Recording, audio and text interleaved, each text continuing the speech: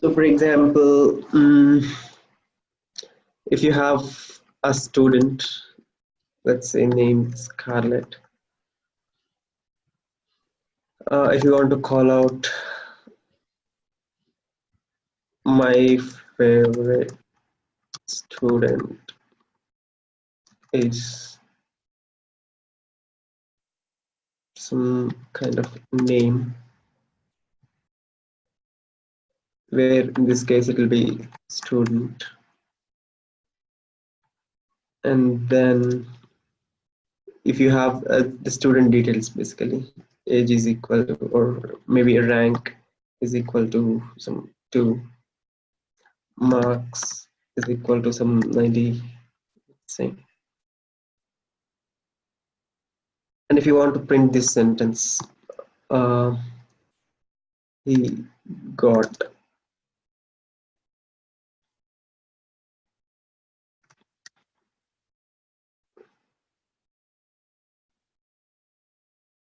then, I mean, if you want to print my favorite student is Scarlett, and she got 90 marks in math, let's say. How do you print that? Is it's like string of marks, because string is an integer. Stud,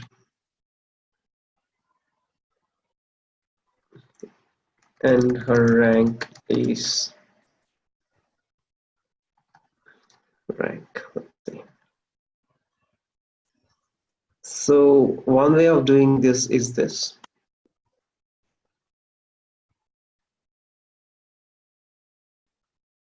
Something's happening here. I'll just comment it out.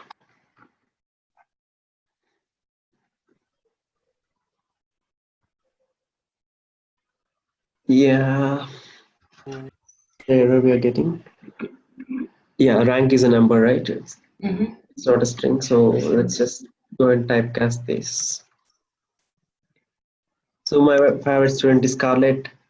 She got 90 and her rank is 2. So it sounds a bit weird, right? So we need to maintain some spaces like this. Now the sentence looks okay, right? But we do have to go through a lot of trouble in making these spaces and stuff like that, string concatenations, depending on the data types that we actually deal with these variables. Instead of that, Python has a way to do it.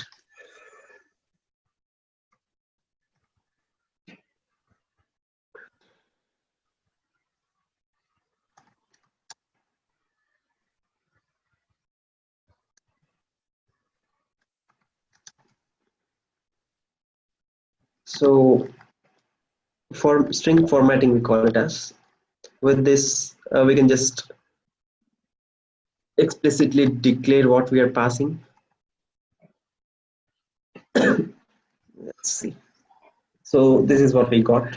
And we don't really actually care about spacing, string concatenation, or data type mismatch kind of stuff. We don't have to care about it. Oh, sorry. So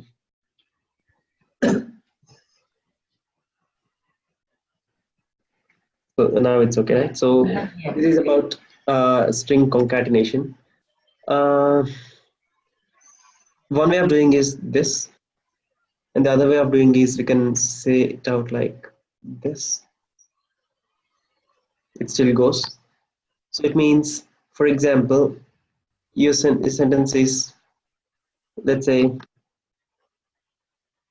her name is Kavit. And when you want to do that,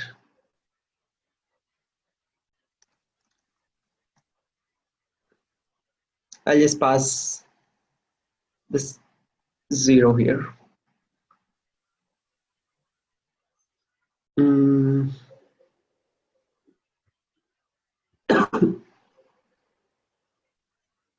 Just a second.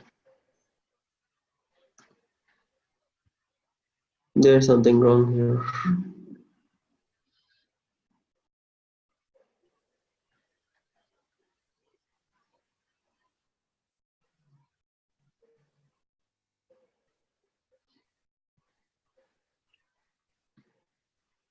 I don't know why it's not working.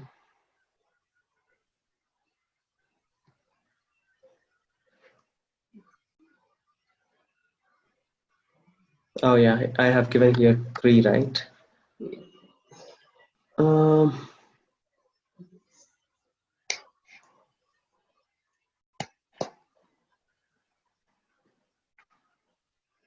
okay, so I don't have to do this one here. I'll just pass like this one. So it still gives the output. So what happened here is the first argument of a tuple, if you consider this data type as a tuple, as we have discussed, whichever starts with parenthesis is a tuple. 0, 1, 2, right? The indices. We Yeah. can always use the indices inside this curly braces wherever we want to print. If you're not interested in using indices, we can always, it just follows the regular order, like 0 goes into here, 1, first index goes into here, second index goes into here, like that.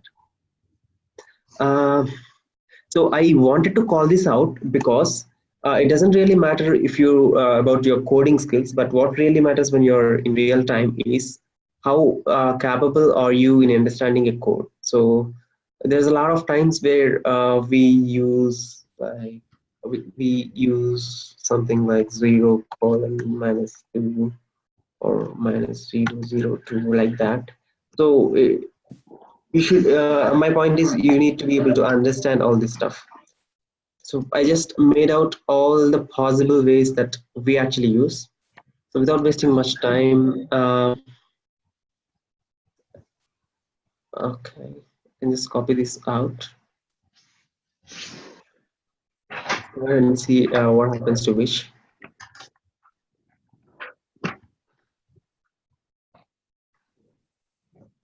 So when you see here, this is a dictionary. When you see this one, this is a string. So to use string inside your formatting, inside your string format, uh, just a second.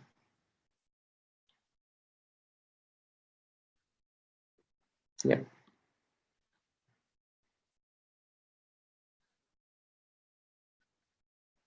Yeah, okay. Now we're good. So if it is a dictionary, you can just use this method. Uh, I mean, again, for printing the values. So instead of that, if you use a placeholder like this, it means that you're inside this format, you're passing a variable which holds the value that needs to be passed in your print. I repeat it again.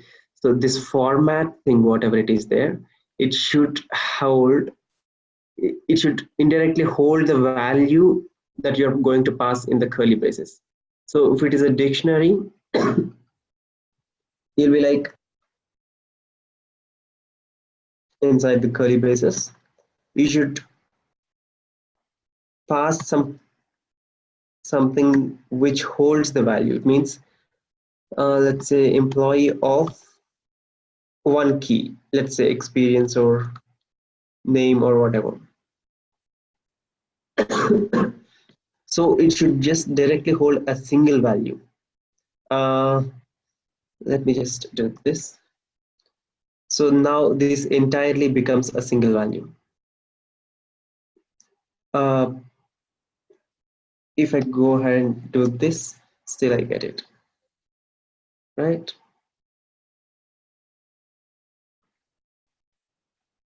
Let me just go ahead and do this.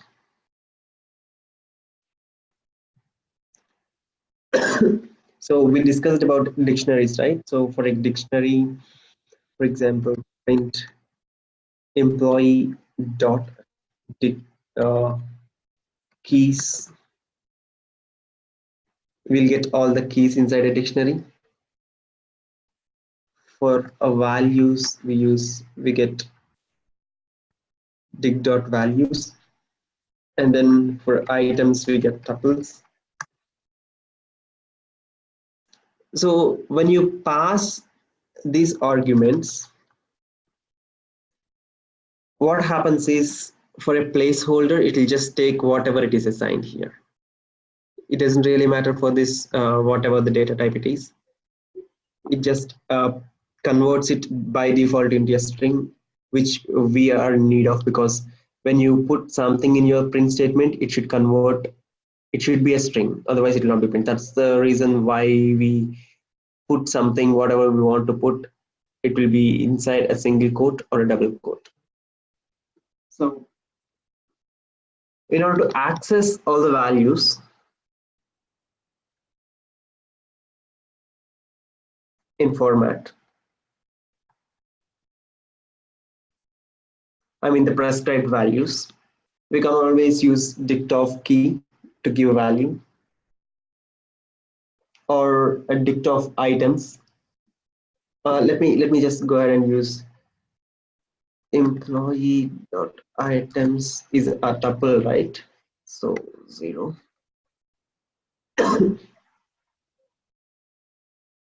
So it says built-in function method object is not subscribable. What do you understand by this? In a sense, if it is about items, the whole item gets returned. Are you understanding? Am I making any sense? Yes. Yeah. Okay. So, the way I used here 1 1, it just indicates the reusability, right? So you don't have to declare it again, because while you are using the string formatting here, without string formatting, if you want to print here, you always want to use str of this marks. Whenever you want to use this marks again, you need to print it again here, right? So that kind of reusability we'll get. We don't have to print it again and again. So whenever you declare curly braces and 1, it will surely go ahead and take this one. So when you declare 0, it will go ahead and take this one. So it's about that. Yeah. So we discussed about keyword arguments and positional arguments, right? So for this dictionary, for example, so this is called unpacking of dictionary keys and elements. So for example,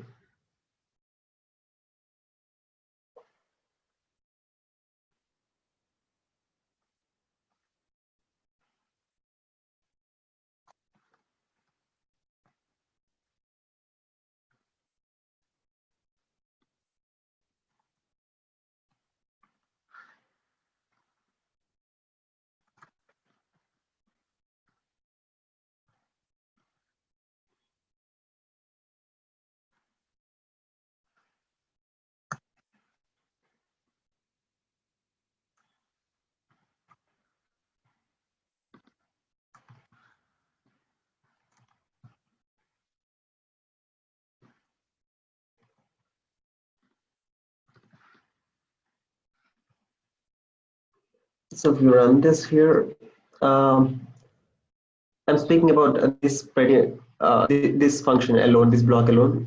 So that just comment out this one and then run it. So this is what we discussed in our previous classes, right? So this is about keyword arguments, basically, which turns it into a dictionary of elements. So if you assign this to some a is equal to star star keyword args and type of a. Sorry, maybe we cannot do that. Oh yeah.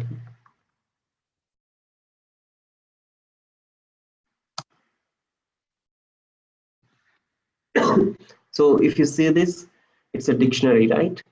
So whenever you pass keyword arguments, it will become a dictionary.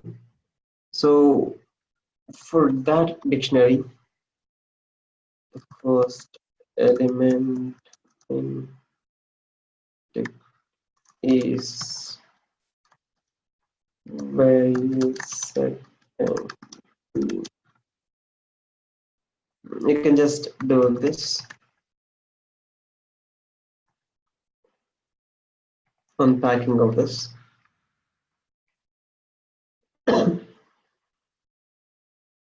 uh, Looks like this has happened.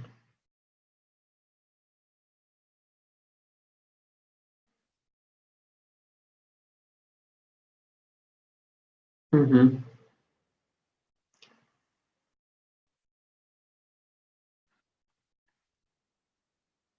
Just a second.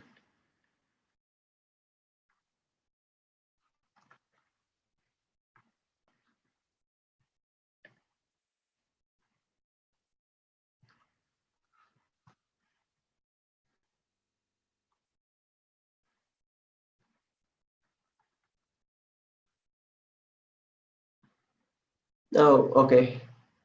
I think I did not display anything at all, right? So when it takes it as a null, it just kind of doesn't return anything.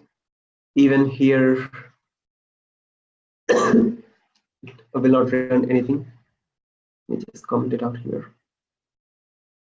Sorry if I am confusing you, but let us discuss again if at all it's not handy with you. So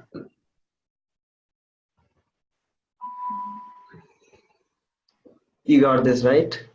So when you are dealing with the dictionaries, you should not put it like this, not like this, because when you call a dictionary, it's about key and value pair you're talking about. It's not really about the index. So when you're talking about the list, you're talking about indices, right? So this will become the relevant one. So any doubts in this? No. No, right? So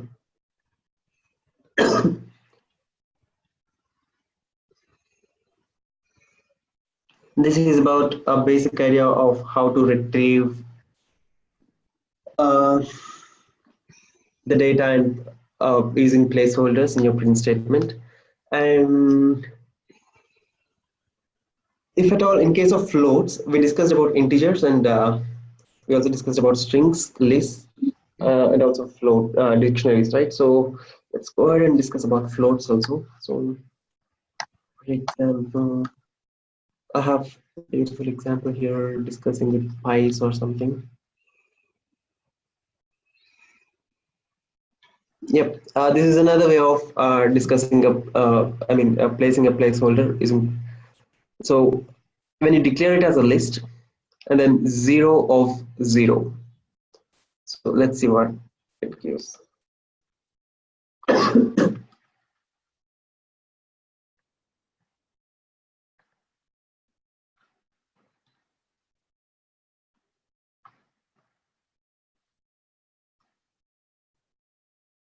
So let me just go ahead and so what it says is for the first list that you have given, take out the first element. Let me just go ahead and give this one. It still gets the same output. Let me just give int2 is equal to let us say this one. Now we got this 4, right? So it means that it is referring to the second list over here. So when if you remember, while calling about strings, we use this one because a string is a pack of characters embedded and call it as a simple array, right? So while we are dealing with the list, every element is embedded inside at the independent index. So for example, print employee of 0, it means 0th list of 0th index in this case, right? So we'll get Scarlet. Same thing I have implemented here, but then as I have used it as a first index of this table, I just used it 0. You got me, right? Yes. So let's just do this.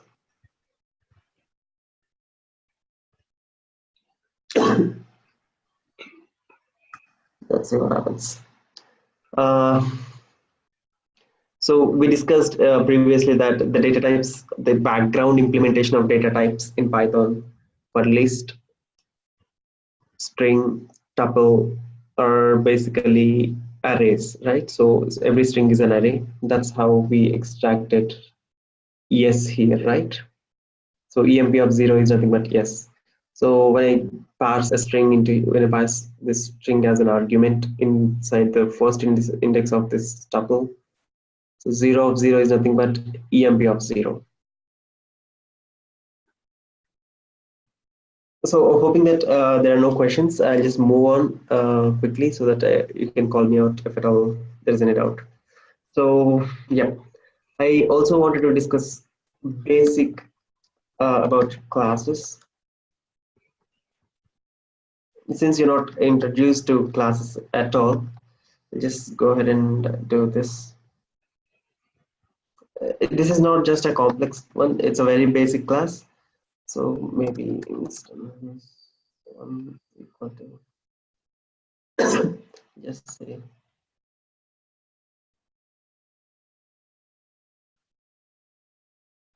So for this, what you need to do, again, let's go back to this and execute this.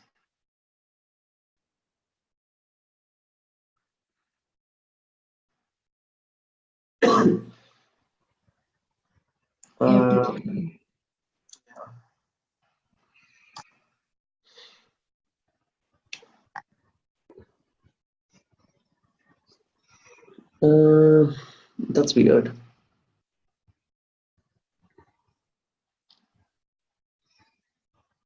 Let's just go ahead and remove this. So this is referring to a tuple, right? So when you do this for the class also,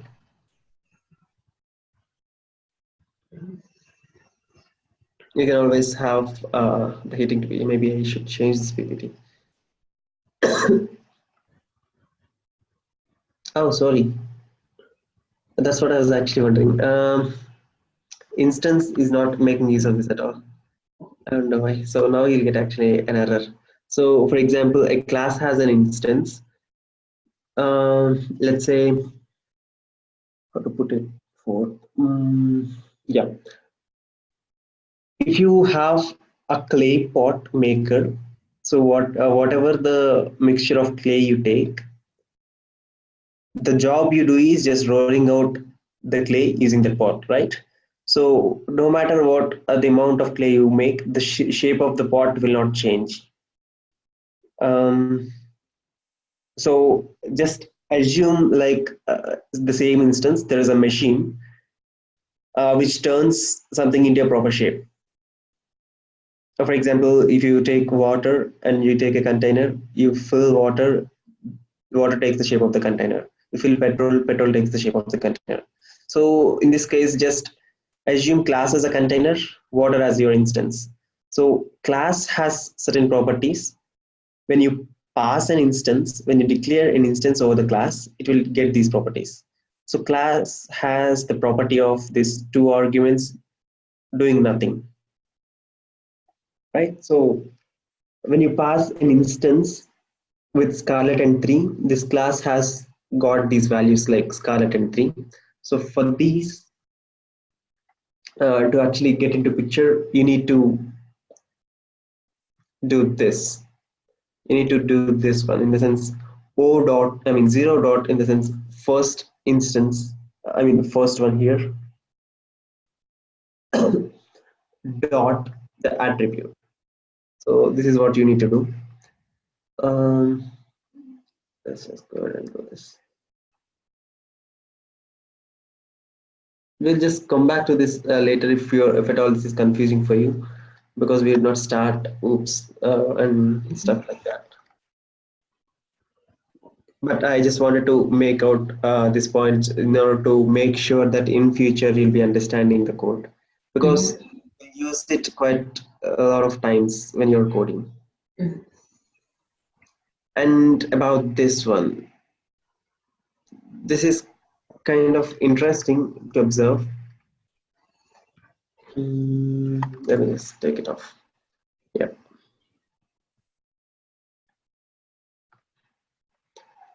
I don't want to waste much of your time coding, so I just prepare a handy material. So what does it happen here in sense? So I just took a range of 10, and then the number is, I'm declaring something called colon, and then putting out zero. I mean putting out two in it. So let's go ahead and do this one. See what happens.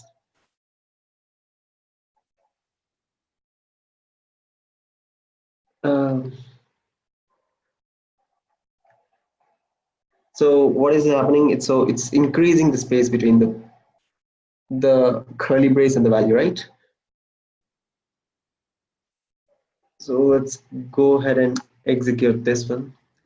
So when you say about padding spaces between your character and your value that is going to be passed in your curly braces, I mean the containers, we can just declare an integer. So if you want to pad zeros explicitly, we'll use 0, 5. In sense, 5 zeros to be embedded.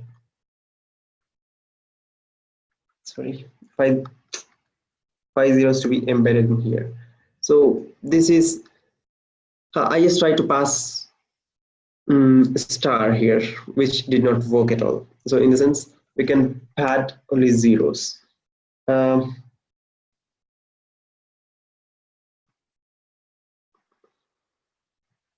yep, there you go. And if you're dealing with floats, like I said before, there is an option for us if you want to do if you want to print only for a few certain values like 3 decimals, for example, this one does the job.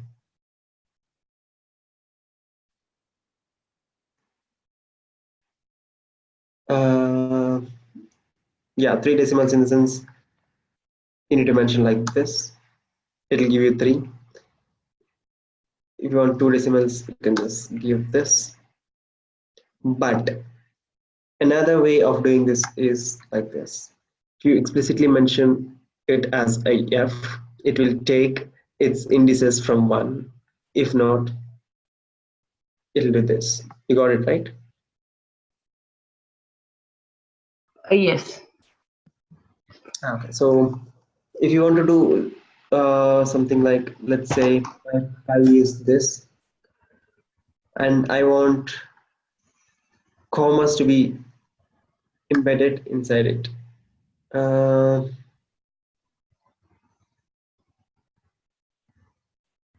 so it should actually work. I don't know why. Precision not allowed in integer format specifier. Yep, there you go. So for integers, yeah, that is true. I was actually wrong. So when you do this one, you're saying dot 3 is nothing but 3 precision. Precision is not there for integers, right? So what you can do is you can just do this. Now you saw the integer, right? So then Taiwan. So this is how we can play around with this formatting, I mean string formats. And coming back to yeah, this is actually how you differentiate the experienced developers versus the naive developers. I always emphasize on few things. Even though you're not having any experience, it doesn't matter. The experience only comes into picture when someone sees your code.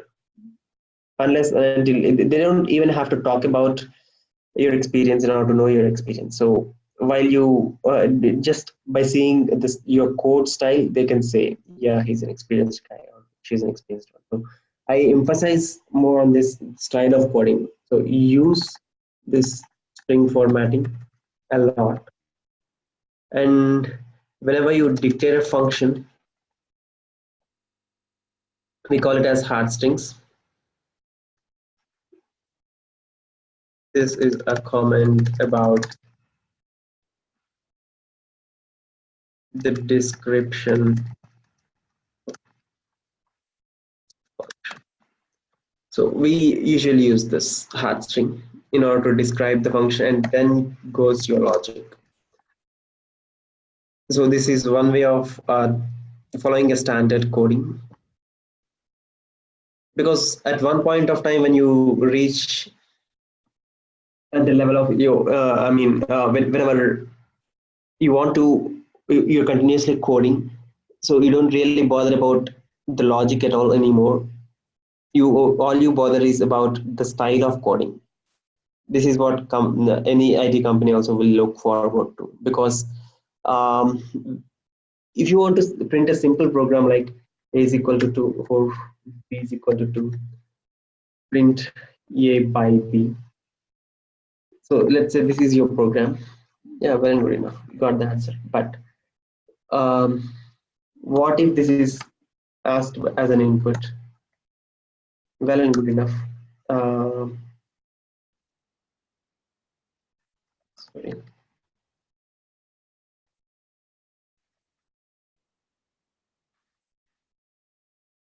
Mm, this is not a good interface here. Let me just move on to this one.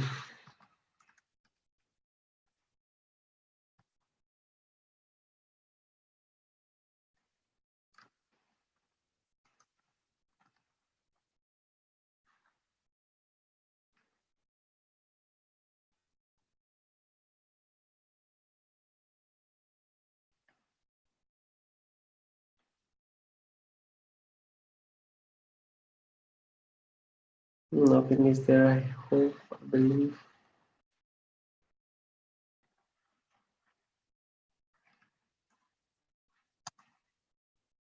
Yeah, in this case,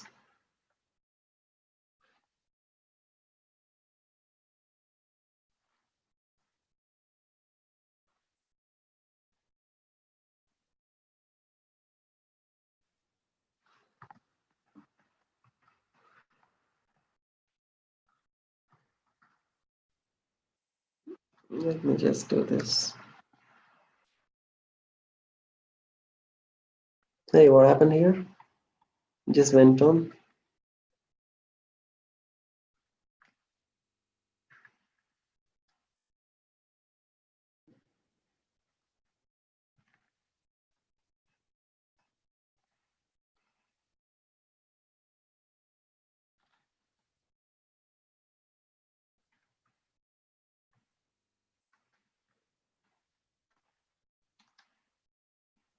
Man,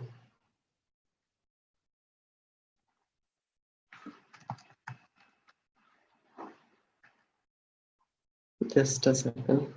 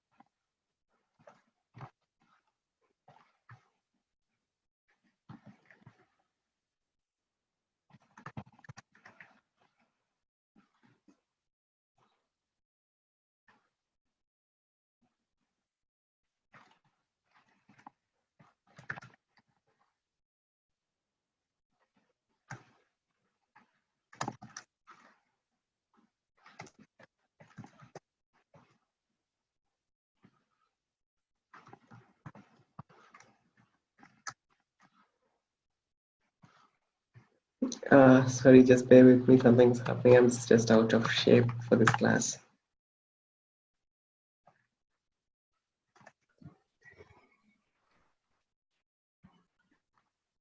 There you go. Some syntax error.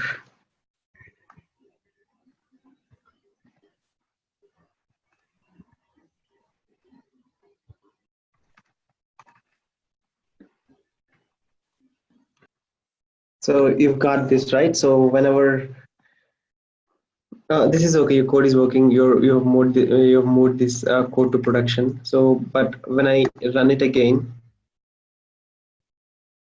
this will definitely give me an exception, right? So by coding style, what I mean is you need to cover all the exception logics. Even though you're giving this 1 by 0, you should not give an error.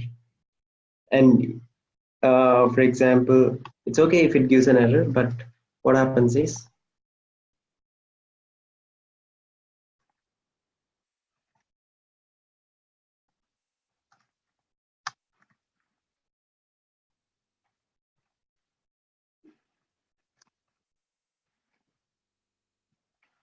So you did not got that print statement of hello world, right? So it exited from there. So even though if you get an exception like this, you need to get that print. You need to get the process going on. You should not tolerate the script being exited due to some exception or some of various reasons from in the middle of a script. So you should make sure it executes, and you should make sure the new guys will understand that that is by this kind of comments I have said, right? So for a definition of a function, you always have hard comments like this, and other such one is string formatting. You use it a lot and you love it.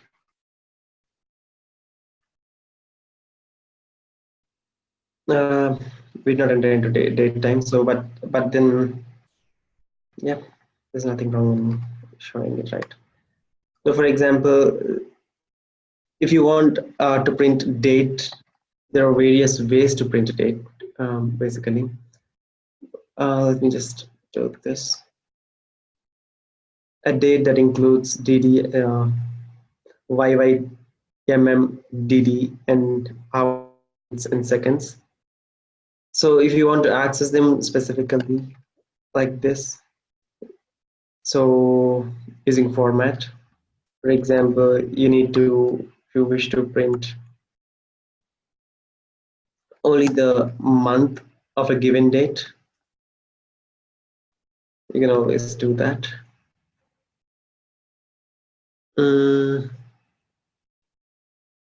I think we missed out something.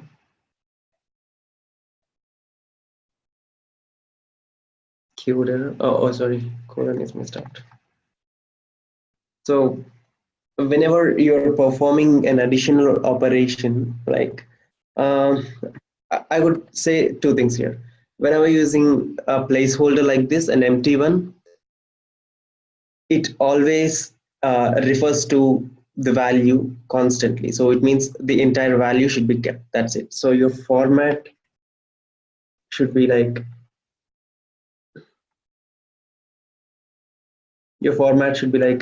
the value that is going to be inserted into here.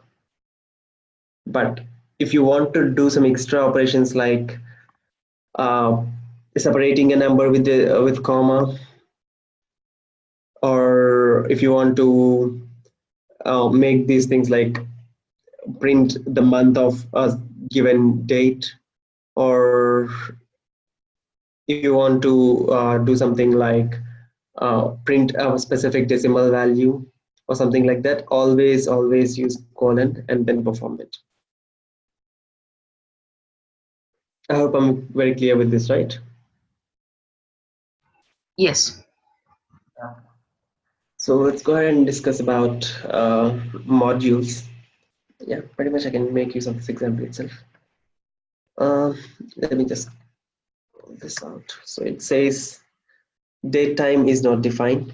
So we might have seen this code where I was doing something, and let me execute it once. Yep, there's no module named URL lib2, right?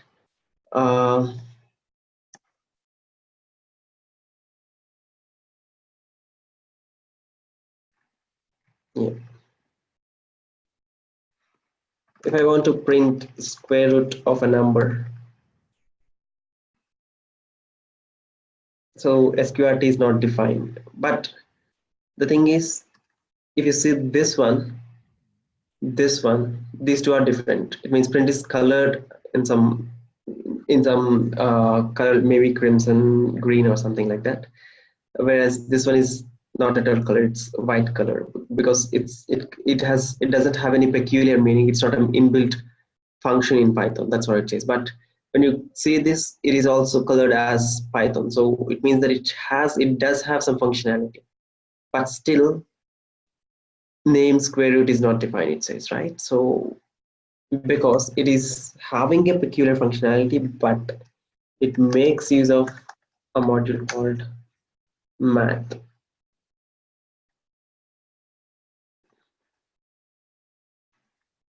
So now you got the square root of 4, right? So It's because when you access the module called math, only then you'll be able to unpack these. For example, I'm having this doops.py and task.py, right? Let me just go ahead and create something called abc module.py, program.py. So I'll just go ahead and do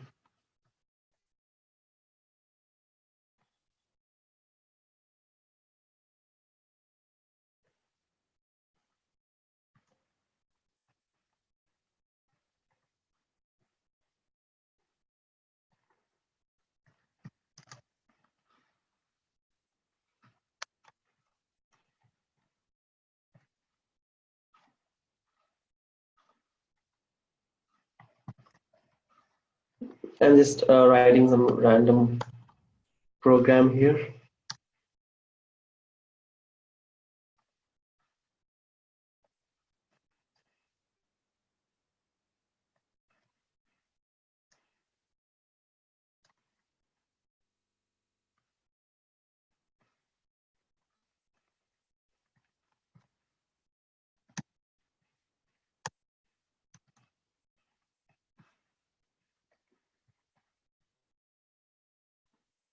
So for me, this is just a program which doesn't have a call. I mean, this is just a print statement and a function. This function is not having a call in to get it provoked.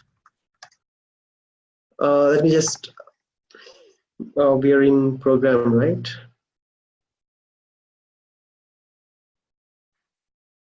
Yeah, we're in module. So let me just go ahead and do this. Import, I'll just say, yeah.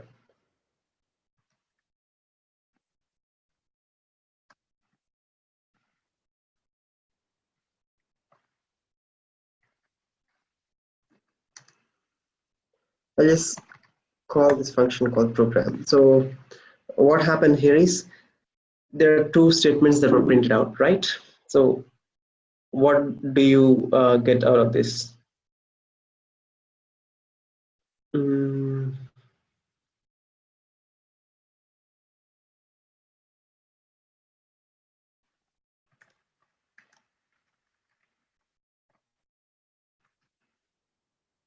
Just for your reference, I'll just open it up. This is your program.py. It's just importing something called module, which is nothing but another Python file found in the same current directory.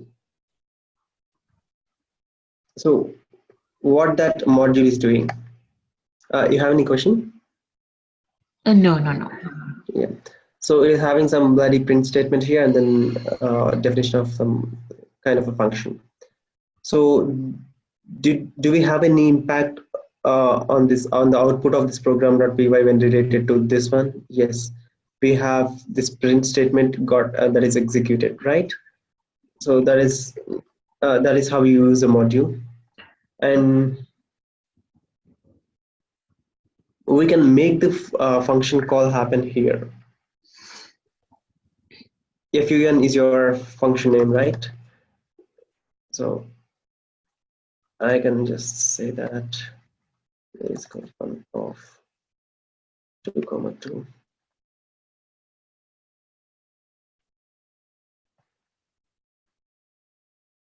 Let me just call this out. It says fun is not defined. That's because we did not take it like that. You remember import math dot square root, right? That's what we need to do.